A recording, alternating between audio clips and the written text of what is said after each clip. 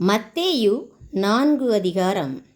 அப்பொழுது இயேசு பிசாசினால் சோதிக்கப்படுவதற்கு ஆவியானவராலே வனாந்தரத்திற்கு கொண்டு போகப்பட்டார்.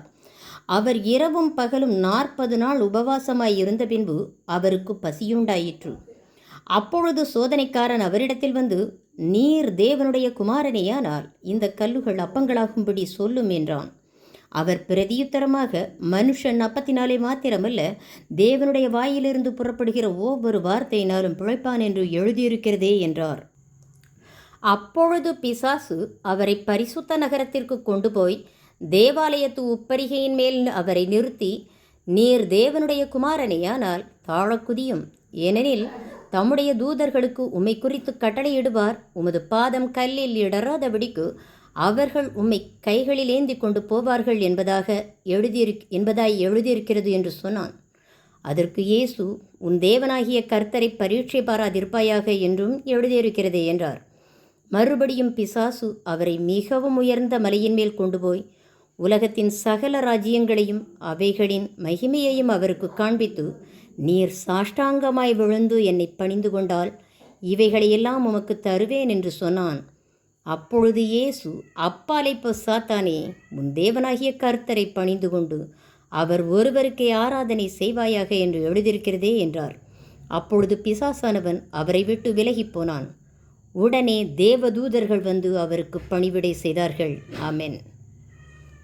பரிசுத்த வேதாகமத்தின் இந்த பாகத்தை வாசிக்கும் பொழுது உங்கள் அனைவருக்கும் நான் சொல்வதெல்லாம், கர்த்தராகிய இயேசு கிறிஸ்து இது அவருடைய காரியம்தானே என்று போய்விடாதீர்கள். நம்முடைய வாழ்க்கையில் பரிசுத்த உபவாசம் அப்படிங்கிறது கடுமையான போராட்டங்கள் மத்தியில் கடந்து வர வாழ்க்கை. இந்த வாழ்க்கையில் நமக்கு ஃபைனான்ஷியலாகவோ ஃபிசிக்கலாகவோ ஏதாவது ஒரு பெரிய போராட்டம் வரும்போது அப்போ மற்றவங்க ஐடியா கொடுப்பாங்க, இப்படி செய்யலாமே, அப்படி செய்யலாமே, இப்படி ஒரு மந்திரவாதி இருக்கான், நீங்கள் ஒன்றும் செய்ய வேண்டாம், நீங்கள் எதுவுமே செய்ய வேண்டாம், நானே போய் எல்லாத்தையும் செஞ்சு முடிச்சிடுறேன், உங்களுக்கு நல்ல சுகம் கிடைச்சது. எங்கேப்பா நானே சுகங்க தானே நமக்கு கிடைக்கணும், அவ்வளோ அழகாக ஐடியா கொடுப்பாங்க. இதை செஞ்சால் போதும், அதுதான் உலகத்தையும் அதன் சகல நிறைவையும் சிருஷ்டித்த கர்த்தர்கிட்டையே போய் நின்று சொல்கிறான், நீர் என்ன வணங்குன்னு இதெல்லாம் தருவேங்கிறான். அப்படி இருக்கும்போது ஒன்று தெரிஞ்சுக்கோங்க, நம்முடைய கர்த்தராகிய இயேசு கிறிஸ்து வானத்தையும் பூமியையும் சகலத்தையும் சிருஷ்டித்தவர். இதிலிருந்து ஒன்றை எடுத்து சாத்தான் நம்மளுக்கு தர்றதுக்கு அவன் யார் அப்படிங்கிறதுல உறுதியாக இருங்க, விசுவாசமாக இருங்க.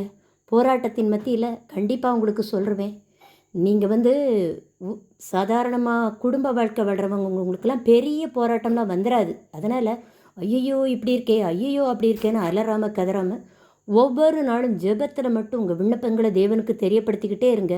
ஒரு நாளில் கண்டிப்பாக பெரிய ஜெயத்தை தருவார். சாத்தானை ஜெயித்தவராகிய இயேசு கிறிஸ்து உங்களோடும் என்னோடும் இருப்பாராக. சகல ஆசீர்வாதங்களுடன் நான் கோலமேயர். ஆமென்.